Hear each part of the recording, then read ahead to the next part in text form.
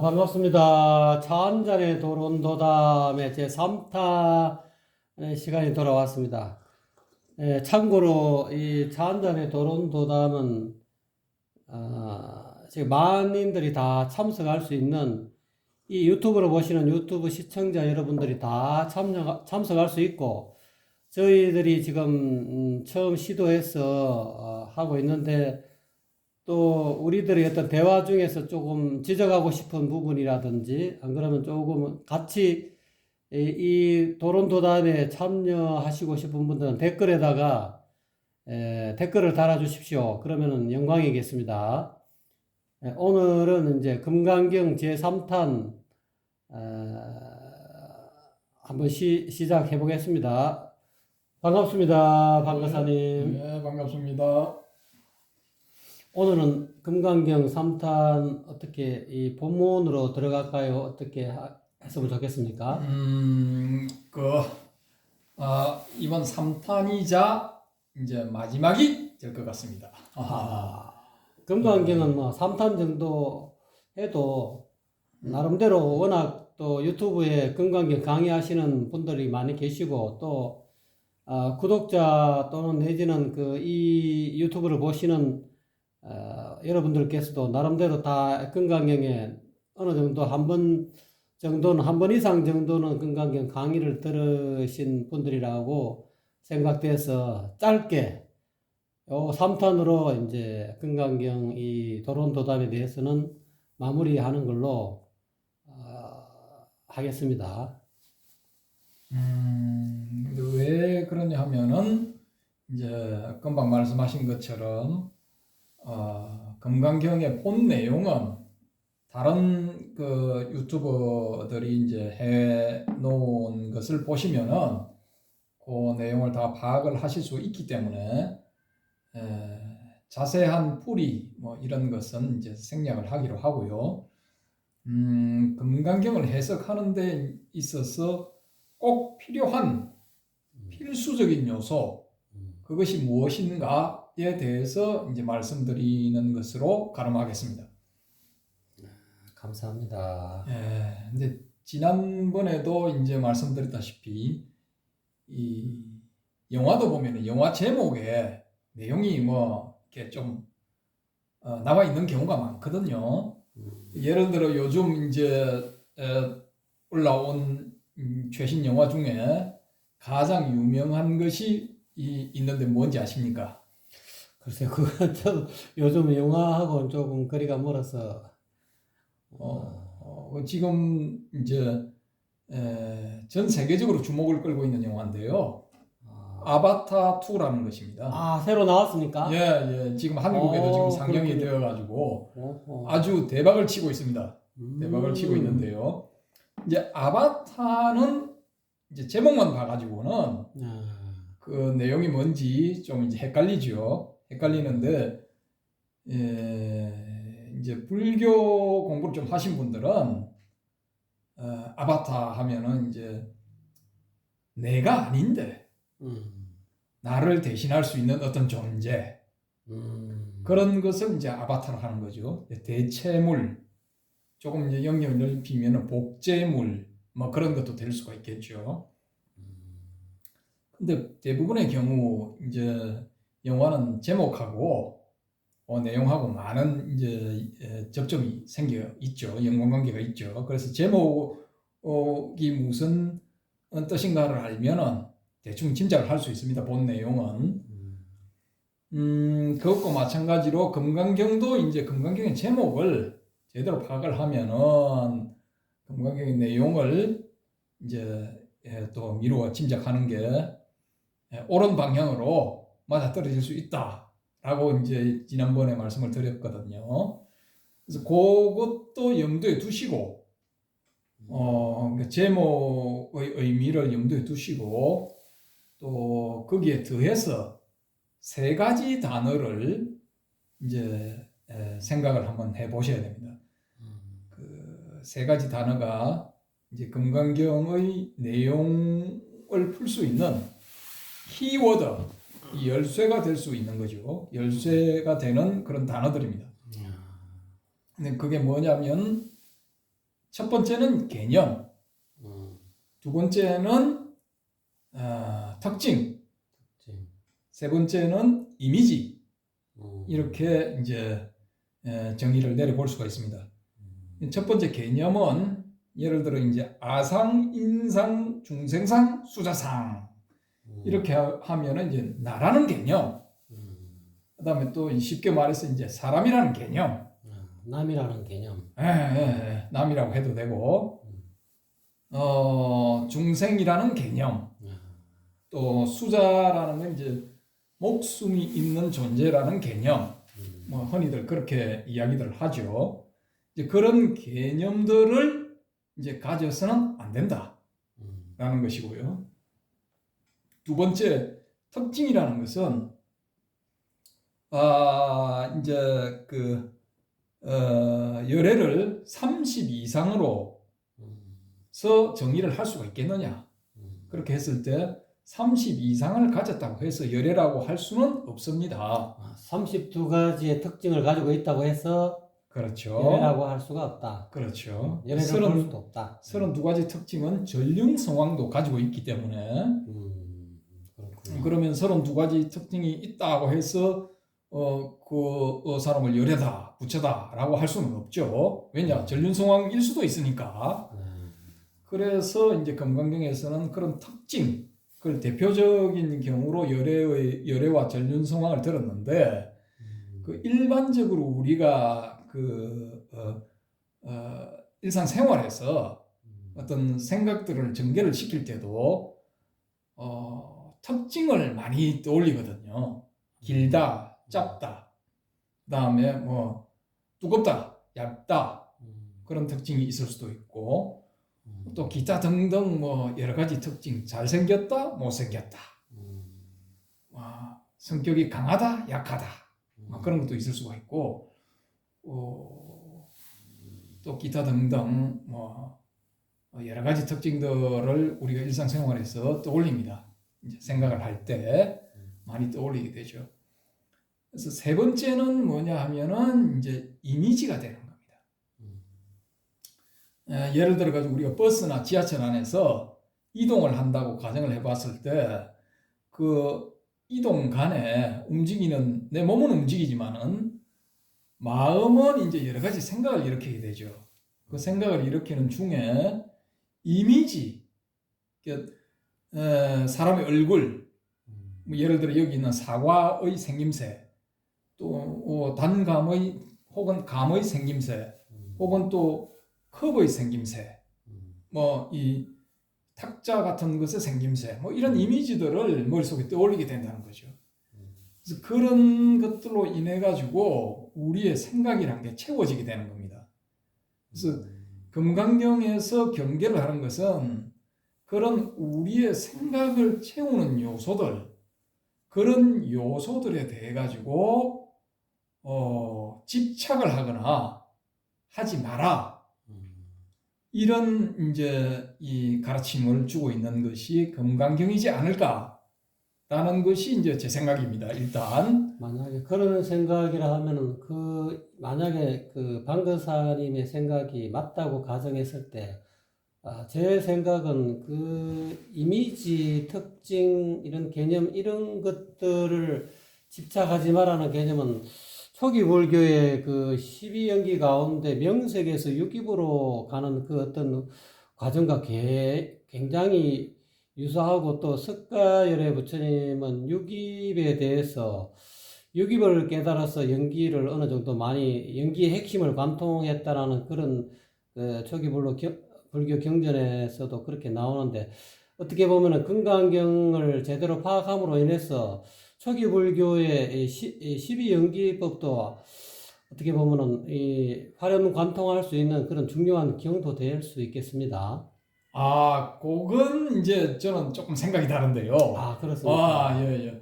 그래서 초기 불교에서는 이제 그런 여러 가지 그 법상들을 제시를 해가지고 그 연기면 연기, 뭐 사성제면 사성제, 팔정도면 팔정도, 중도면 중도, 그다음에 뭐 또 18개면 18개, 육류법이면 육류법 이런 법상들을 제시를 해가지고 그걸 따라감으로 인해서 소위 말하는 해탈을 이루게 만드는 그런 측면들이 분명히 있긴 있습니다. 있긴 있는데 대성의 그 사상가들이 주장하는 것은 그런 식으로 따라가는 것도 좋지만은 그런 것을 일단은 버려라라고 주장을 하고 있거든요. 금강경에서는. 그래서 그 금강경의 이 작가가 혹은 그 작가를 추종하는 그런 사람들이 주장하는 것은 그런 일종의 그 이 법상에 대한 것들을 떠올리지 말아라는 겁니다. 일단은 떠올리지 말아라는 거고 그러게 떠오르게 될 경우는 이제 그걸 경제목에서 이야기하는 것처럼 깨어버리라는 것이고 깨부시라는 거죠. 번개처럼 그런 거를 이제 상들을 깨라는 겁니다. 범소유상이 계시 허망하니 약견 재상이 비상이면 적견여래. 모든 상들이 다 허망한 것이니 여기서 말하는 상은 이제 락사마라 해가지고 원하는 특징을 말하는 거거든요. 그런 것들은 다 허망한 것이니 그런 것들에 이제 그런 것들이 이 상이 아닌 그런 상태가 딱 되면은 자기 속에 있는 불성, 즉 열애가 드러난다, 막 그런 의미거든요. 그게. 그런 게 일종의 이제 파상이 될 수가 있는 거죠. 파상이 될 수가 있는 건데, 그 다음 단계로 이제 제시를 하는 게 그런 개념이나 특징이나 이미지가 떠오른다 해도 그걸 그대로 흘러가는 대로 내버려 두는 방법이 또 한 가지가 있다 이겁니다. 그건 이제 무집착이 되는 거죠. 집착하지 않는 것. 그러니까 집착하지 않는 방법을 택할 것인가? 아니면 그런 상들이 또 올랐을 때 그걸 깨부셔버리는 방법을 택할 것인가? 그것은 이제 각 개인의 기질, 특색, 뭐 또 호불호 이런 데 따라 가지고 자기가 선택을 하면 되는 겁니다. 파상이 옳다, 상을 깨버리는 것이 옳다, 혹은 집착하지 않는 것이 옳다라고 내세울 필요는 없는 겁니다. 그걸 그 두 견해 중에 하나를 택해 가지고 그것만이 옳다라고 해버리면은 그게 또 하나의 상이 돼버리는 거죠. 그래서 그런 게 이제 금강경에서 경계를 하고 아주 싫어하는 어떤 그 선택이 돼버리는 거죠.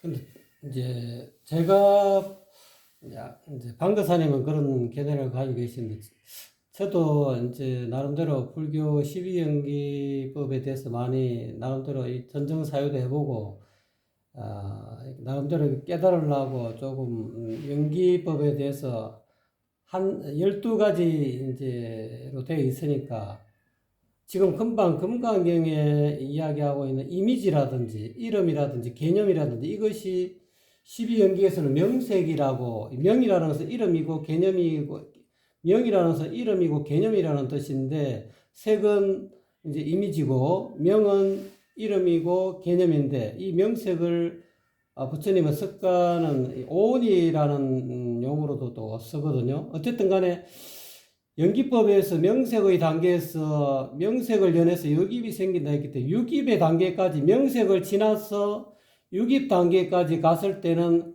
아까 이야기한 대로 명색을 보고 이미 명색에서 육입 단계로 넘어가지 않는 것은 이미 명색에서 파상이 됐기 때문에 육입의 어떤 그런 그 유전문의 육입까지 진행이 안 되는데 만약에 육입까지 진행이 됐다면은 육입에서 무집착함으로 인해서 육입에서 촉으로 발전이 안 된다는 그런 뜻으로도 나는 자꾸 이해가 되는데 이 견해에 대해서는 어떻게 생각하십니까?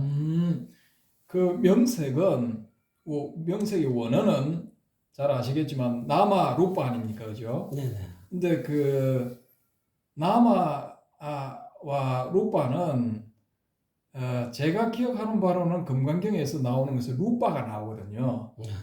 색, 그러니까 불응주 색생심, 불응주 성향 미촉 법생심 하라. 뭐 그렇게 해서 응무소주 이생기심이 되게 하라. 머무르는 바 없이 마음을 내어라. 그렇게 할 때의 그 색에 해당되는 한자 3개에 해당되는 원어 루파. 그게 이제 12연기에 나오는 명색 할 때 그 색 루파가 해당되는 것이고요. 그 다음에 유깁, 촉, 수, 에, 취, 유가 되면은 에 부분에 있어 가지고 그게 땅하라 해가지고 갈에 집착. 아주 지독한 집착이죠. 갈에는. 그래서 그 갈의 즉 땅하를 없애버려야 되는 거죠. 금강경식으로 접근을 한다면은. 근데 이 12연기에서는 유전문에서는 무명에서 시작해가지고 노사까지 쭉 연결이 되죠. 12단계가. 근데 그 다음에 이제 환멸문에서는 역으로 해서 반대로 이렇게 없애서 올라오지 않습니까? 올라와서 맨 마지막에 이제 무명도 없애버리는 그런 방법이 되거든요. 근데 이 방법은 이제 초기 불교의 경전들에서 제시하는 방법이고, 금강경식으로 접근을 한다면은 그 애 부분에서 다른 거 생기도록 그냥 두고 애 부분에서 그냥 취착, 집착 그거는 안 해버리면 되는 겁니다. 집착을 안 하고 그냥 노사도 늙어서 죽는 것도 그냥 자연스럽게 무명에서부터 쭉 흘러가는 그 흐름을 그대로 같이 타고 가는 거죠. 그 다음에 그 무명에 있어가지고 무명이 아비드야잖아요. 산스크리트 원어가. 이제 비드야가 명이고 앞에 아 부정관사 아가 붙어 아비드야 해서 무명이 돼버리는데 그러면은 이제 환멸문으로 해서 쭉 노사부터 해가지고 거꾸로 거슬러 올라와가지고 무명을 깨어버리고 열반에 도달한다, 막 열반을 정득한다 그런 의미인데 그러면은 무명은 어디서 생겼느냐 이런 문제가 또 도출이 될 수 있거든요. 무명은 왜 생겼느냐? 뭐 경전에 보면 호련이 생겼다고 그러는데 그건 좀 말이 좀 황당하죠. 그럼 어떻게 보면 금강경에서 이야기하고 있는 핵심적인 단어가 파상이면은 파상은 일종의 무명을 깨뜨린다라고도 이해할 수 있겠습니까? 아, 그렇죠, 그렇죠. 그런데 이제 그건 이제 파상을 좋아하시는 분들은 그렇게 해서 무명을 깨뜨리고 명의 상태로 들어가시면 되는 거고요. 그거보다는 무집착을 좋아하시는 분들은 뭐 상종 이성은 어때? 내가 집착만 안 하면 되는 거지. 뭐 상도 뭐 일어났다가 사라지는 것이고 이따가도 뭐 때가 되면 그 인연이 흩어지게 되면은 또 흩어져서 자연적으로 생기기 이전의 상태로 돌아가 버리는 것이니까 굳이 그걸 깨고 말고 할 필요가 뭐가 있느냐. 그냥 나는 집착을 안 하는 방법을 택하겠다. 그렇게 하면은 된다라는 거죠. 그래서 금강경도 이제 맨 처음에 그 중국에서 금강경 오가해라 해가지고 5분이 이제 해석을 해놓은 게 아주 유명한 게 내려오고 있죠. 내려오고 있고 우리 이 한반도의 스님들도 금강경에 대해 가지고 이 해설들을 해놓은 게 있고 그 최근에 근세에 해방 이후인가 뭐 이전인가 그건 잘 모르겠습니다만은 그 야산 이달 선생하고 한국의 그 선도계를 대표하는 야산 이달 선생 그 다음에 한국의 불교계를 대표하는 신소천 거사님 그때는 이제 출가기 전이니까 거사님이었답니다. 그래서 두 분이 이제 만나가지고 그 서로 대담을 하게 됐는데 이 야산 선생님이 이제 이 신소천 거사님한테 질문을 날리기를 금강경의 핵심은 무엇입니까? 이렇게 질문을 하니까 이 신소천 거사님이 돌리고 있던 이제 단주를 탁자 위에 탁 놓으면서 파상이요 그렇게 했답니다. 깨뜨릴 받자. 예, 상상자, 파상이요. 예. 그 모양이 이제 상을 의미하는 단어도 되고, 이제 모양을 의미하는 단어도 되고, 뭐 여러 가지 복합적인 의미가 있습니다. 고정관자가. 예, 그런 것도 되고. 그래서 지금 견해를 가지고 그 상자를 이렇게 접근해서는 안 되고요.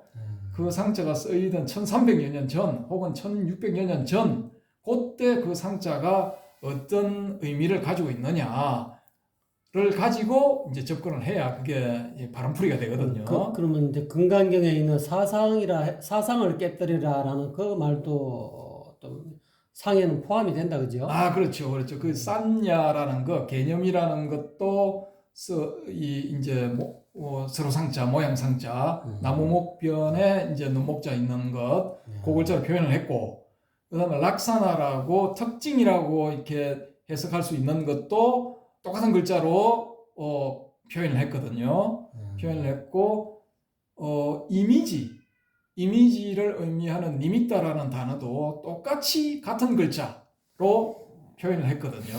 그러면은 이제 우리가 금강경에 보면은 색성량 미촉법이라고 나오는데 색이라는 것은 모양이고 또는 그런 형태고 그다음에 성이라는 소리고 그다음에 향은 냄새고 그다음에 미는 맛이고 이렇게 분리되어 있는 뭐 색깔이라든지 안 그러면 소리라든지 맛이라든지 이런 것들이 다양하게 눈, 귀, 코여, 몸에 상대되는 어떤 배경인데 그 대상인데 이런 것들도 색성량 미촉법 이것도 특징에 속합니까? 안 그러면 이것이 어디에 속합니까? 색성량 미촉법은? 그 부분은 육경인데 네.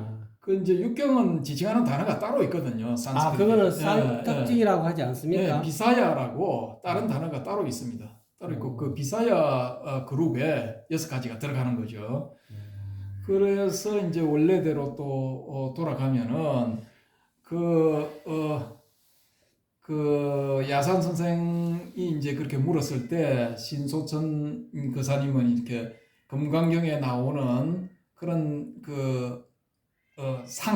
파상하는 그 상을 이제 뭐 가지지 마라.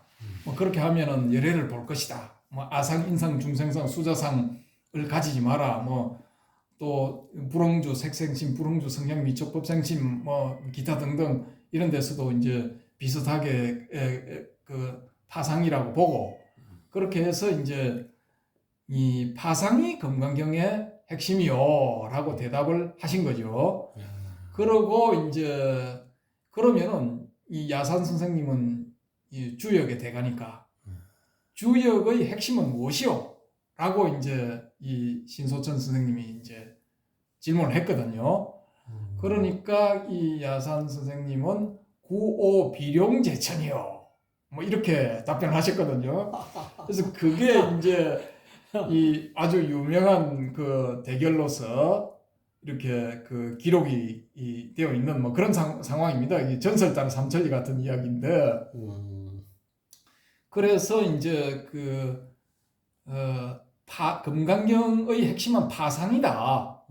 파상이야말로 금강경의 핵심이다. 핵심 단어다. 예. 금강경을 한 단어로 표현하면은 파상이다. 이런 이제 말들이 유행하게 됐죠. 그럼 이제 파상에 대해서만 확연하게 꿰뚫으면 금강경을 다 한눈에 본 거나 마찬가지다. 그렇죠, 그렇죠. 그건 이제 제목하고도 일단은 이제 일맥상통하죠. 번개처럼 지혜마저 깨뜨려 버린다. 지혜도 상으로 보고 깨뜨려 버리는 그런 파상의 정신. 그것이 이제 금강경의 핵심이다라고 이렇게 세간에는 널리 알려져 있습니다. 근데 저는 이제 파상 쪽보다는 오히려 이제 무집착, 그게 오히려 낫지 않느냐 그렇게 보는 거죠. 결국은 이제 응무소주 이생기심이 예를 들어서 금강경의 핵심 단어다. 그리고 그게 그렇죠, 무집착과 그렇죠. 똑같은 것이다. 그렇죠. 파상도 중요하지만 오히려 강거사님은 응무소주 이생기심, 뭐 무주상, 뭐 보시라든지 그런 개념들이 이 금강경에 그런 말들이 나오니까 어쨌든 무집착하는 것이 금강경의 핵심이다라고 이제 주장하시는 겁니까? 그렇죠. 그렇게 이해하시는 그렇죠. 겁니까? 응무소주 이생기심도 있고 아까 말씀드린 이제 불응주 색생심 색에 머물러서 마음을 내지 마라. 그 다음에 성향 미촉법에도 머물러서 마음을 내지 마라. 그러니까 대상에 어떤 대상이든 대상에 그 마음을 가두지 마라라는 거죠. 속박시키지 마라. 그런 거야말로 이제 금강경의 핵심으로 저는 보는 것입니다. 그거는 이제 길게 하신 말씀이고 그걸 줄이면은 집착, 무집착. 무집착이죠. 예, 무집착. 그렇게 이제 예. 간단하게 단어로 예. 세 단어로 이야기 예. 줄여간다 이 말이죠. 예. 그래서 이제 초기 불교의 정신도 뭐 여러 가지 경전이 있는데 그걸 보시면은 붓다가 사용하는 단어들 중에 과격한 단어들은 거의 없거든요. 뭘 깨뜨려라, 뭐 까부셔라, 뭐 이런 단어는 거의 없고 이제 아주 부드러운 단어, 이치에 맞게끔 순리대로 술술 넘어가는 그런 단어들이 많이 나오고 또 전개도 그런 식으로 되어 있거든요.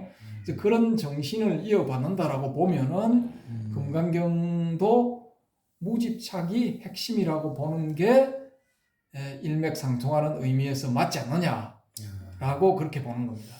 방 거사님은 이제 오히려 이제 파상보다는 무집착 쪽에 이제 이게 방점을 두는 거죠. 방점을 그렇죠. 두시고 예, 또 예. 이게 추의 기울기를 그쪽으로 많이 그렇죠, 이렇게 그렇죠. 그런데 이제 파상이 마음에 드시는 분들은 파상하시면 되는 겁니다. 까짓거 뭐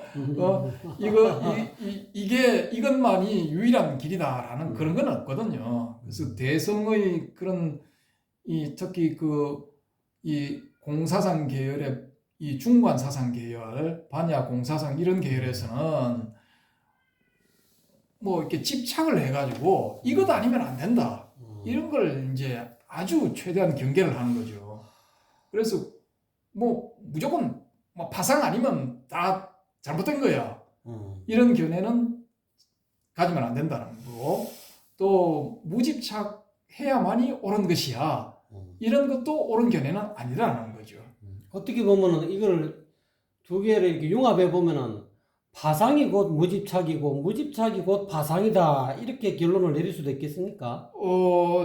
이제 그렇게 볼 수도 있는데 그런 단계에 가면 아주 이제 높은 단계고 그건 거의 뭐 십지보살이나 불의 단계에서 그런 게 가능하고 실제로 일어나게 되는 거고요. 그 외에는 파상과 무집착은 이 방법의 측면에서 다르죠. 그게 동전의 양면이라 할지라도 우리가 보면은 숫자 100이 쓰여 있는 게 있는가 하면은 뭐 사람 얼굴이 나와 있는 부분도 있지 않습니까? 그러니까 그것처럼 다르다라는 거죠. 그래서 일맥상통하는 점들은 있지만은 등을 맞대고 있는 공유하는 그런 부분들도 있겠지만은 그 두 개가 완전히 같다고는 볼 수가 없다라는 거죠.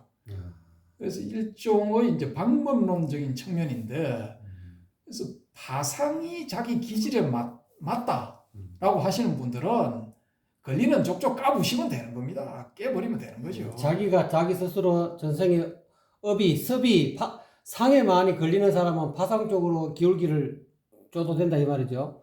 아니 파상을 해가지고 나는 족족 걸리는 대로 깨부셔야 시원해 하시는 분들은 뭐 깨면 되는 겁니다. 깨면 되는 거고 이거 난 그냥 뭐 깨고 이러는 거 막 이거 피곤하니까 뭐 맞설 필요 뭐 있어 그냥 소위 말하는 도교에서 이야기하는 상선약수 뭐 그런 정신을 이어받아 가지고 난 그냥 무집착할래. 뭐 사람이 살다 보면 상이 일어날 수도 있는 거지. 순간순간적으로 일어났다 사라졌다 하는 게 그게 사람의 이 생각이지. 꼭 그 뭐 일어났다 해가지고 그걸 깨부신다고 그걸 너 이놈 개 썩거라 하고 꼼짝 마라 하고 방망이를 가지고 두드려 팰 필요가 뭐가 있느냐라는 거죠. 오히려 더 무집착이 어떻게 보면 조금 더 노련하다 이렇게 표현할 수도 있겠네요. 그건 이제 그 소위 선종에서 이야기하는 번뇌가 곧 반야이니라 자안이 곧 피안이니라 이 중생의 사바세계가 곧 극락정토이니라 하는 뭐 그런 정신하고 이제 뭐 일맥상통하는 거죠. 그렇군요. 욕망이 생긴다고 해서 굳이 깨부시려고 하면은 그 덤벼들면은 오히려 이제 역작용에 걸려가지고 역효과가 날 수도 있다라는 거죠. 오히려 그것이 오히려 더 번뇌가 될 수 있다. 그렇죠. 그게 또 하나의 스트레스가 돼가지고 거기에 또 얽매일 수가 있으니까 그냥 나타나면은 나타나는 대로 그냥 두고 사라지면은 또 사라지는 대로 두고 그런 게 이제 그 윗바사나에서 말하는 그 통찰의 묘미 그런 거죠. 예. 그럼 무착이라는 보살분이 그거를 어떻게 보면 금강경의 핵심을 꿰뚫어서 자기 호를 무착이라고 했는가요, 그러면? 뭐 그런 의미죠. 아상가인데 원어로 산스크리트 원어는 아상가잖아요. 그 아상가는 이제 집착하지 않는다. 뭐 그런 거죠. 그 동생이 이제 세치는 바스반두고. 근데 이 아상가라는 이 호도 뭐 그런 어떤 정신에서 뭐 그걸 쓰지 않았나 뭐 라고 볼 수 있죠. 무착은 결국은 나는 이미 금강경의 핵심을 내가 꿰뚫었어. 내 호를, 내 본명을 무착으로 그래서 지었어. 이런 어떤 뭐랄까, 어떤 자기 자존심도 아니고 자기 깨친 바를 호에 드러냈다라고 볼 수도 있겠는데요. 그게 이제 전설 따라 삼천리에 의하면은 그 마이트레야 미륵이라는 그 스승이 이 아상가 자기 제자한테 아상가라는 호를 이제 하사를 한 거죠. 본명을. 그렇군요. 그래서 이제 아상가가 되었는데 그 마이트레야 즉 미륵하고 아상가 무착 바스반두 세친 이 계열은 유식 계열이거든요. 유식의 논사들인데 이게 이제 이 중관 논사들은 이 팔종의 조사라고 하는 용수 나가르주나 그 다음에는 이제 대바 아르야 대바 뭐 그런 식으로 해가지고 쭉 내려가는데 제가 보기에는 그때 기록을 찾아보면은 고대 이제 중관 논사가 유명한 중관 논사가 유식 논사를 찾아가 가지고 논파를 해버리겠다고 가서 싸움을 거니까 안 만나주고 피했다라는 그런 기록이 있거든요. 근데 제가 보기에는 그냥 동전의 양면 같아요. 그게 중관과 유식이 서로 붙어 있는 건데 공유하는 부분도 있고 또 이제 이 용의 측면에 있어서 최상용이 있다고 하면 용의 측면에 있어서 사용하는 방법들이 다 다른 거죠. 말하자면 이제 그 깨달음을 얻는데 사용하는 방법들이 한쪽은 이제 이 쉽게 말해서 판단 중지를 해버리면은 개념도 안 생기고 이 이미지도 안 생기고 일종의 판단 중지는 일종의 이제 사맞다는 삼매하고 비슷한 의미가 될 수 있습니까? 판단 중지 쪽은 이제 집중 명상이라고 봐야죠. 그러니까 이제 삼매 내는 집중 뭐 예. 거칠 지자 예, 사맞다 지관에서 지에 해당되는 그렇죠. 거칠지. 그렇죠. 그리고 이제 이쪽 유식 쪽은 아무래도 세세하게 마음을 나눠서 보는 거니까 관 쪽에 윗바사나 쪽이죠. 통찰 명상 쪽 그런 계열이라고 봐야 되죠.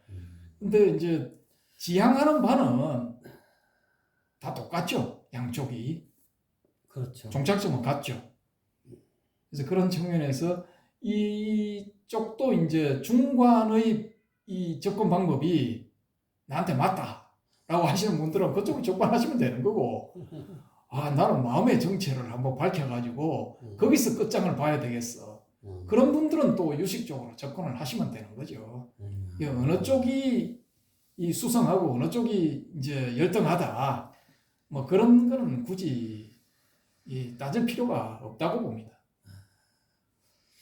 우리 지금 이 도론도담을 나누고 있는 이 말을 듣고 계시는 유튜브 시청자 여러분들은 어떤 견해에 속하시는지 좀 나름대로 이 소견을 가지고 계시면은 유튜브 댓글에 남겨주시면 감사하겠습니다. 예, 좋죠. 그래서 또 본인이 고견을 가지고 계시는 분들, 나도 나가서 한번 썰을 풀어보겠다. 이런 분들은 얼마든지 나오셔가지고 또 한번 썰을 풀어주시면 고맙겠습니다. 아이고, 맞습니다. 저희들이 이렇게 시도하는 그 본질적인 이유도 저희보다 더 고명하시고 더 현명하시고 또 나름대로 또 한 소식 하신 그런 그야말로 제야의 고수님들께서 이 유튜브 영상을 보시고 많은 지도 편달 부탁하시고 또 본인들이 한번 나도 내 나름대로 함께 했는데 나도 한번 썰을 풀어 보시겠다라고 그런 뜻을 가지고 계신 분들은 언제든지 환영합니다. 밑에 댓글을 남겨 주시고 뭐 또 연락처도 간단하게 해 주시면은 언제든지 연락처가 조금 힘드시면은 이메일 같은 거 그런 것도 남겨 주시면은 저희들이 방문해서 서로 한번 만나서 서로 도담을 한번 나눠볼 수 있는 그런 자리를 마련해 보려고 합니다. 많은 참석 부탁합니다. 참 처음 하다 보니까 좀 어설픕니다. 다 이해해 주시고 또 어쨌든 간에 이제 이게 본질에서 약간 벗어났는데 그러면은 방거사님은 건강경의 핵심은 결국은 파상과 무집착 이거 이외에 뭐 다른 거 거론할 만한 그런 내용은 없습니까? 이제 그 내부에 들어가 가지고 하나씩 이렇게 보시다 보면은 그 파상이나 무집착 외에도 소위 말하는 깨달음으로 가는 그런 실마리가 많이 장치가 되어 있거든요. 그 금강경 내에. 그래서 내용을 한번 쭉 보시다 보면은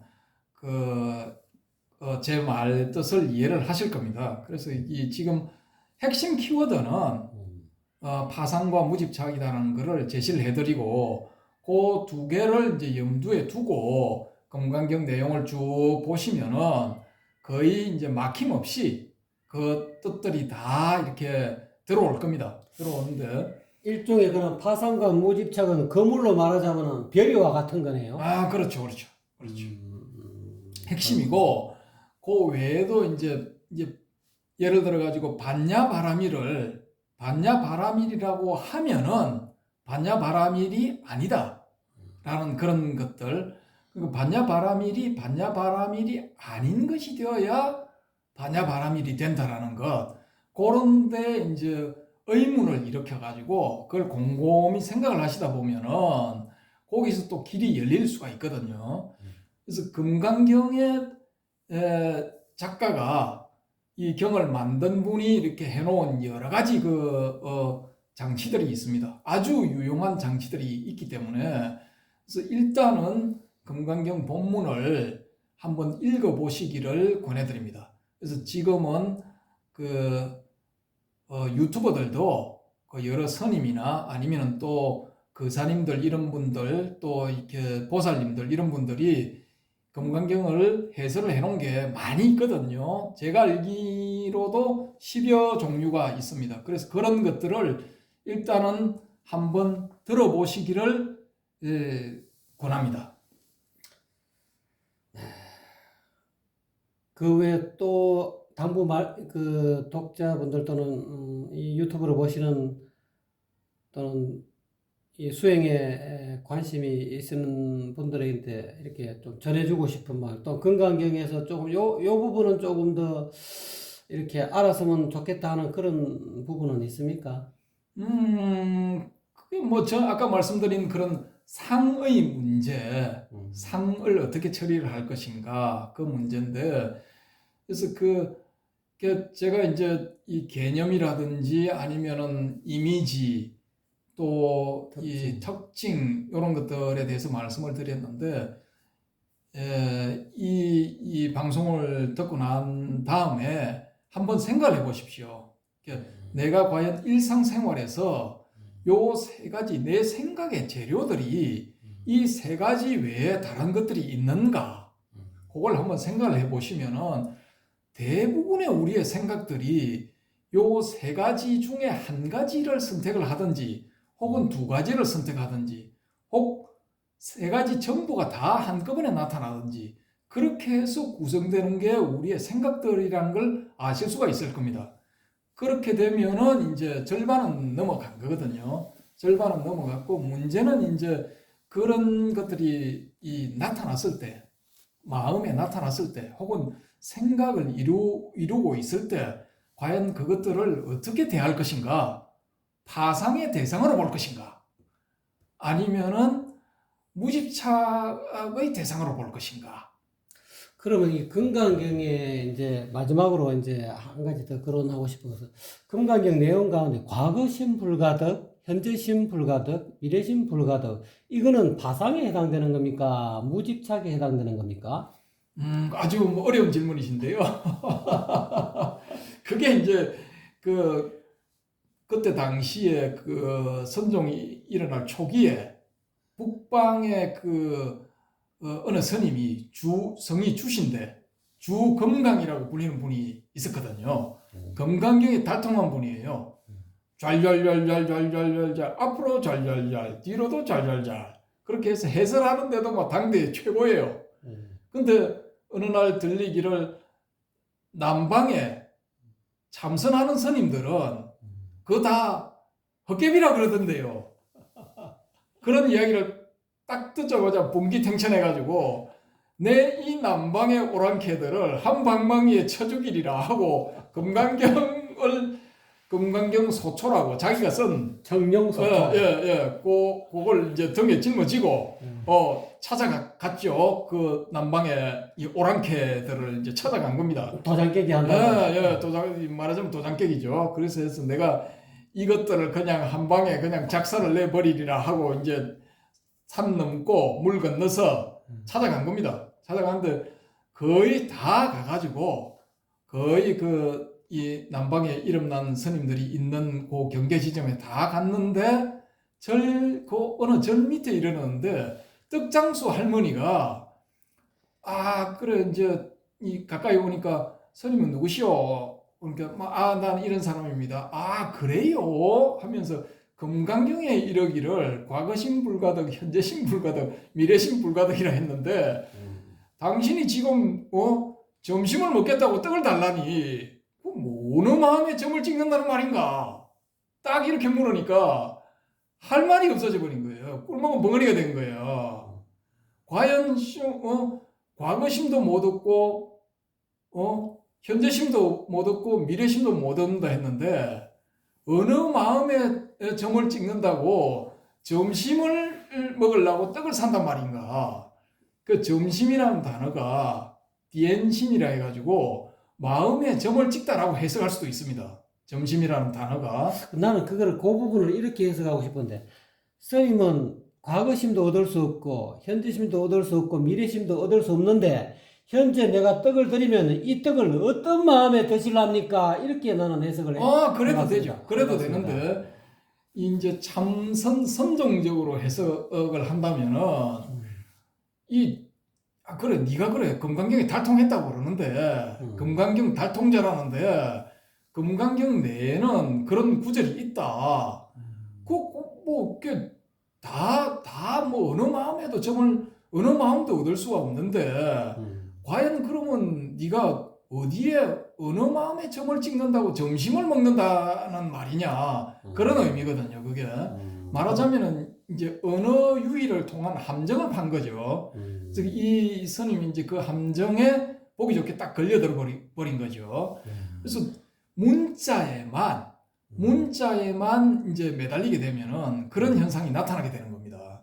그래서 그 금강경 내부에 있는 문자에 매달리면은 너처럼 이렇게 된다라는 걸 보여주는 거죠. 결국은 떡 장사하는 그 할머니께서는 큰 보살님이셨네요. 고수죠.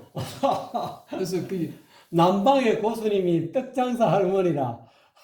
옛날부터 큰 스님 있지 않습니까? 큰 스님. 예. 큰 스님이 이제 주석하는 그 절 근처에는 서당계 3년이면 풍어를 얻는다고 떡장수 할머니도 고수가 될 수 있다 이겁니다. 그 할머니가 그냥 뭐 떡만 팔고 있지는 않았을 거고 그 큰 스님이 이제 뭐 한 번씩 법문을 한다 하면은 달려가가지고 또 들었을 것 아닙니까? 그러니까 자기도 나름대로 이제 한 칼을 품고 있다가 딱 이제 선수 하나가 어리버리가 하나 걸려든 거죠. 어디 감히 남방에 와서 네가 도장을 깬다고? 이런 의미입니까? 그렇죠. 그러니까 가소롭다. 니들이 뭐 문자를 가지고 이러쿵저러쿵 해대면서 금강경에 대가라고 하는데 문자를 떠나가지고 한번 말해봐라 짜샤. 그렇게 이야기를 한 거죠. 그러니까 과거신 불가득, 현재신 불가득, 미래신 불가득인데 점을 찍을 마음이 어디 있다고. 마음이 없는데 무슨 점을 찍는다는 말이냐 그 말이죠. 근데 이 스님은 이제 문자에 너무 매여 있었기 때문에 아 진짜네. 내가 이게 밥 먹는 점심도 되지만은 여기 점심도 되지만은 점을 찍는다, 마음에 점을 찍는다는 의미도 되기 때문에 할매 말이 맞네. 북방에 그냥 이 건강경의 대가가 그냥 한 방에 그냥 떡 파는 아주머니한테 케어 당했네. 떡 실신한 거죠. 떡 먹으려다 떡 실신한 거지. 그러면 이게 그 아까 질문으로 다시 돌아가서 과거신 불가득, 현재신 불가득, 미래신 불가득이 파상에 가까운 겁니까? 무집착에 가까운 겁니까? 뭐 양쪽 다라고 볼 수도 있고, 예? 양쪽 다라고 볼 수도 있는 거죠. 그 할머니가 이제 상을 깨버린 거죠. 이제 그렇군요. 그 과거심, 현재심, 미래심도 불가득이라 하는 그 문구에 집착하는 그 문구를 상으로 삼고 있는 걸 깨버린 것도 되고, 그런데 집착하지 말아라는 그런 의미도 되는 거죠. 그래서 그 실제로 과거심 불가득, 현재심 불가득, 미래심 불가득 이 말이 의미하는 실제 상태, 실제 상태 그것은 이제 그 금강경에서 누누이 이야기하고 있는 반야바라밀이 반야바라밀이 아닐 때라야만이 비로소 반야바라밀이 된다. 그런 것과도 일맥상통하는 것이고 또 실제로 실전에 있어 가지고 이 마음이라는 물건을 다루다 보면은 수행을 계속 하다 보면은 어느 순간에 마음이 고요해지는 때가 있거든요. 깊은 산속의 호수처럼 마음이 움직이지 않고 아주 고요해진다는 거죠. 쉽게 말해가지고 이 판단 중지의 상태, 어떠한 인식 작용도 일어나지 않는 상태, 그 상태가 온다라는 거죠. 그 상태가 딱 되었을 때 그때는 마음이라는 게 사라지고 없는 거죠. 우리 마음이라는 게 결국은 육根과 육경의 작용에 의해 가지고 생겨나는 것인데 그 근과 경의 작용에 의해서 생겨나는 그런 마음들, 그런 마음들이라는 것은 없다라는 것입니다. 그런 건 없어요. 실체가 없다. 예, 마음이라는 건 현상적으로 없어요. 연기하는 그런 마음은 있지만은 실체가 없다. 그러니까 이 붓다가 이야기한 무아라고 했을 때 그 무아가 되는 아는 육根과 육경이 작용해서 만들어내는 육식에 근거한 아지, 그 아지, 그 아라는 것은 육根과 육경이 분리가 되어 있는 상태에서 혹은 색수상행시 오온이 원래대로 해체가 되어버리면 원래 상태로 돌아가 버리면 그런 아는 없는 것입니다.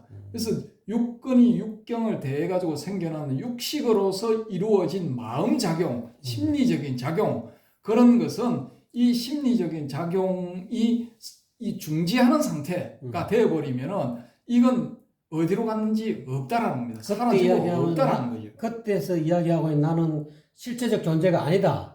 그럼, 연기한 존재다. 그렇죠. 그렇기 때문에 무하다.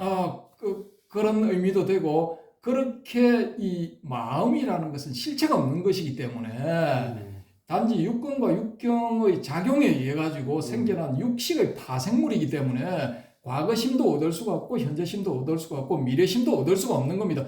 그 과거심이든 현재심이든 미래심이든 분리해도 좋고 안 해도 좋고 뭉뚱거려 가지고 마음이라는 것은 이 자기가 경험을 딱 한번 해본 사람은 마음이라는 것이 우리의 육根과 육경에 의해서 만들어낸 그런 파생물에 불과하구나라는 것을 알 수가 있다라는 겁니다. 그런데 그 주 금강스님은 자기의 실체험이 그런 체험이 없었기 때문에 그 과거심 불가득, 현재심 불가득, 미래심 불가득을 아무리 멋지게 해설을 하더라도 떡장수 할매가 그냥 네 새끼야 어느 마음에 점을 찍는다는 거예요. 지금 해버리면은 그냥 정신을 못 차리는 거죠. 당황해서 어쩔 줄 모른다는 겁니다. 그게 직접적으로 체험하는 깨달음이 아니고 해오에 불과했다. 그렇죠. 머릿속으로만 이제 이 자기가 금강경에 달통을 한 상태라는 거죠.